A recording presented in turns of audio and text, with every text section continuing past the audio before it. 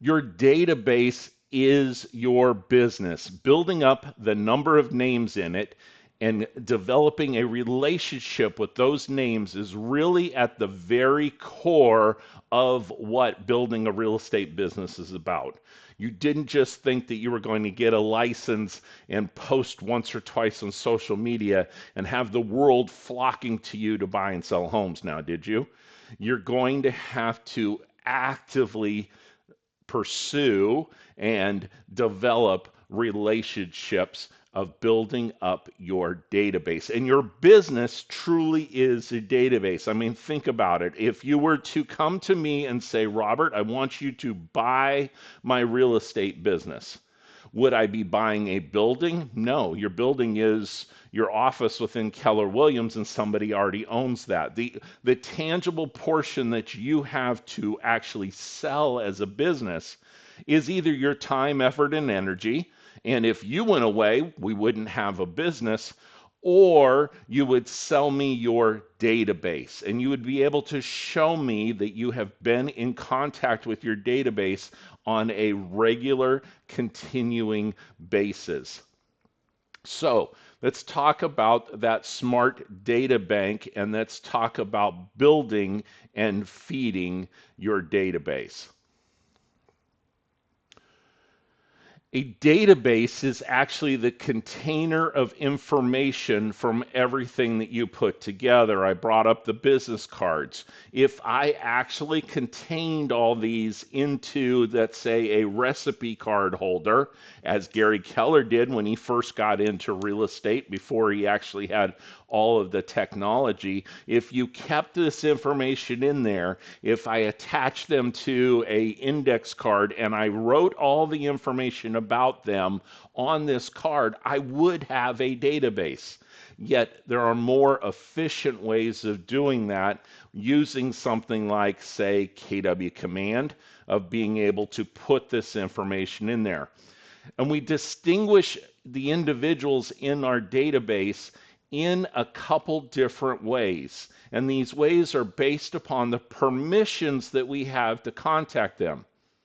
So let's give some definitions here. Leads are people who have expressed an interest in a service or offering of yours from social media, other marketing platforms, your website, word of mouth, the conversations that you've had. You haven't established a relationship, and yet you have the right to have one-way conversations with these individuals, and you can send out details to them. Contacts are people that you have that relationship with. You know them, you like them, they have permission to engage in communication with them, and they have actually made some sort of response back. We sometimes call this, and these are the people that make up your sphere of influence. Now, there are others that take the step of saying, well, a lead is actually also that what I defined before as leads are actually prospects. And then when they've raised their hand and said, yes, I want to meet or I need more information about a property, then they move to the category of being a lead and we work them through what is called a pipeline. Many top agents have very successful businesses working with their sphere of influence, and you can do that too. This is the main source of where they get their business. That's why we focus on the sphere of influence in your success system time that you're working on this. The first task that you have is to fill your database with your sphere of influence. So let's picture this a little bit different way and say which part of the lead generation and database model represents your business. Is it the lead generation side? Is it the relationship management side? Is it the client and referral loop? Well, when you are first getting into real estate, it's going to be focused on the lead generation and then the relationship management standpoint of this. So I want you to, in your own note, if you have to hit pause, go ahead, explain using the model Where are you in your database? Or can you identify a couple of the individuals that you've gone through that you've already been talking with? Where would you put them into your database? Are they just now forming the relationship? Is it somebody that you've known for a period of time, therefore they're in the contact section? Are you trying to cultivate them for a conversion because they asked you some information about their house value, those types of things? So go ahead, pause if you need to, and identify a couple of these individuals.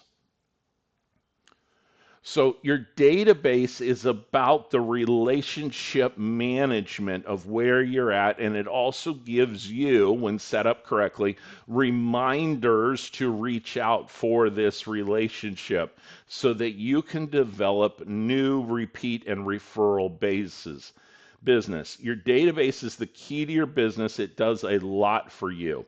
Your database keeps you organized so that you can run your business effectively and efficiently.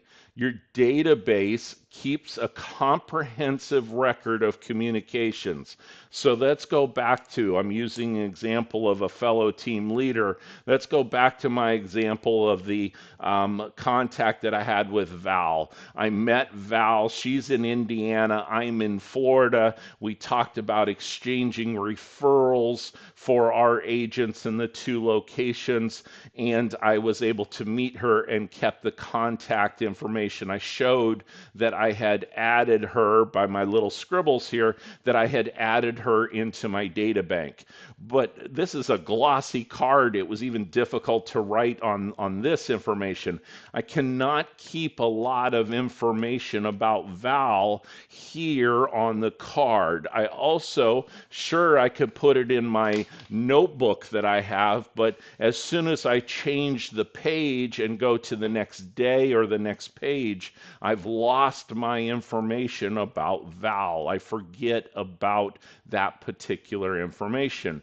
By putting it into the database and keeping record of the communications that I've had with her, the phone calls, the emails that I've sent out, and the responses that I've gotten back from her, I now am starting to build a comprehensive, systemized communication system. This also helps me to automate my task. It will give me a reminder. Hey, it's been about a month since you were in contact, or a couple months. The next thing on your task during your lead generation time is you should probably give a follow-up to Val or the other individuals that come up. I want to know, what was the last thing I communicated with her? Where did we leave off on our conversation? Does she have any active leads for me?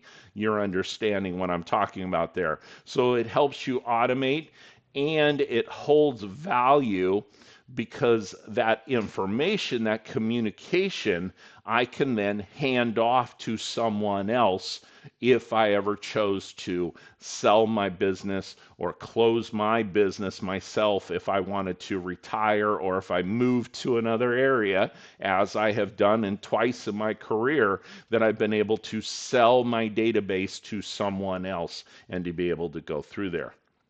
See, an organized and smart database beats a notepad of names, sticky notes, or any other non-automated system. I think you would agree with this, and you could see the value of taking this type of approach. So what we do is we use the system KW Command, and KW Command is an integrated end-to-end system that allows us to meet somebody. It allows them to put in the names and contact information, like contacts in your phone, but we can also put a lot more information in there. It can allow us to have a goal tracker to see how we are doing. How many leads did we have, as you see on the screen? Did those leads turn into appointments? Did the appointments turn into contracts? Did those contracts turn into closings? The path is in the math, and using a system like this will help us. It will also show us, if you notice under the database health, how many of the individuals that I put in there do I have phone numbers for? Am I heavy on emails? People live in houses, so do I have their addresses so that I could be able to provide them information about their property? It could also have in Command has a task manager that when you set up a smart plan, you can add steps to the smart plan that would remind you with certain tasks that you need to do. It's time to do a pop by. It's time to give a phone call. It's time to send something out. Command also has integrations that allow you to do newsletters, electronic newsletters through a section called campaigns. You can also do postcards, other mailers to put in there. And then it also has the tab for our referral network for me to be able to connect with agents in other parts of the country, whether it be, as I talked about, the surrounding cities that I'm in, that I can do referrals, the surrounding states, or the other areas that are going to have people moving here. I'm in Florida. I would want to target Wisconsin because people are tired of the weather there, or they're snowbirds. They're going to be commuting back and forth. Command is ever evolving. It is getting feedback constantly from the field to be able to go through these steps and for you to see that there's functionality that may not be there or it's not completely flushed out. I have seen the evolution of this system over the past year, over the past 5 years, and it will continue to go and grow for you.